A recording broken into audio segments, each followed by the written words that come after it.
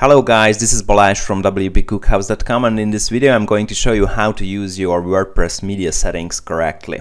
So first of all, what are media settings in WordPress? This is a very basic setup which will change the default dimension of your pictures. Whenever you use a picture in your blog posts or in your pages, the default dimensions, default sizes you can set up in the media settings section. We will check it out later in this video. You need to know that these settings do not affect your video settings, so if you plan to publish a video on your website, that's a totally different issue. What are the benefits of setting up your media sizes correctly?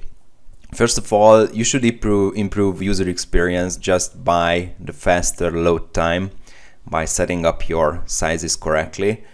This can also give you some very little SEO boost just because of the fact that your website might load faster, but I have to warn you that don't expect a very huge SEO boost just by setting up your media sizes correctly. And lastly, you should do this at the very beginning of installing your WordPress site, like one of the first steps, and then you can forget about your media settings. Okay, where do you find media settings in WordPress? Just go ahead and log into your WordPress dashboard and select settings and media. It's this easy. Okay, how do you set up your media settings?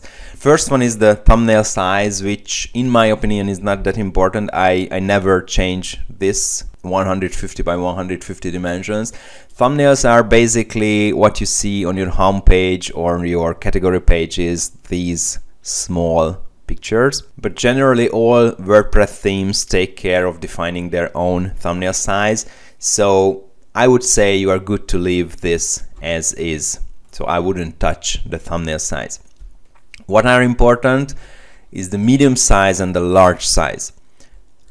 First of all, you should check your theme's dimensions. Let me show you what are the theme dimensions. Just select one of your blog posts. Even in the very beginning you have like a first blog post in your WordPress. Right click on a paragraph that goes all the way through, like 100% of your blog post size. Just right click, and it's usually inspect element or inspect, it depends on your browser, but most modern browsers have this feature. Just click it and you see here this computed section, you see the actual dimensions. Let me show you. You see the actual dimensions of your paragraph, which in my case this is like 899, which is 900 pixels. So this means that the maximum width of my blog post is 900 pixels. As far as the medium size, you should set this up for about 50% of your content width. In my case, this would be 450 pixels. I use 480 pixels, which is about, I don't know, 55%. So use something about 50 or 55%.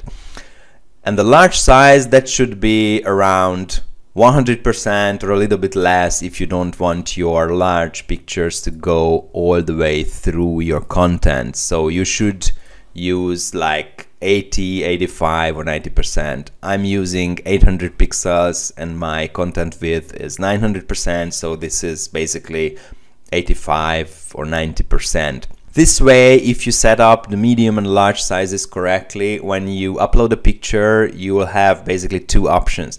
Either use the large size and have a large picture that is as big as your content width, like almost your content width, or use the medium size, like this one here, and have a smaller picture about half the size of your content. And finally, this uploading files option, organize my uploads into month and year based folders. If you leave this option on like this, you will get longer URLs for your pictures. You will have your pictures upload year and month in the URL. It might be easier to organize your pictures if you have them in a month and year and month based folder, and even it might be easier to make backups of your websites, of the pictures in your website, because you only have to back up your newly added media folders. But in general, I think this comes down to how often do you upload pictures.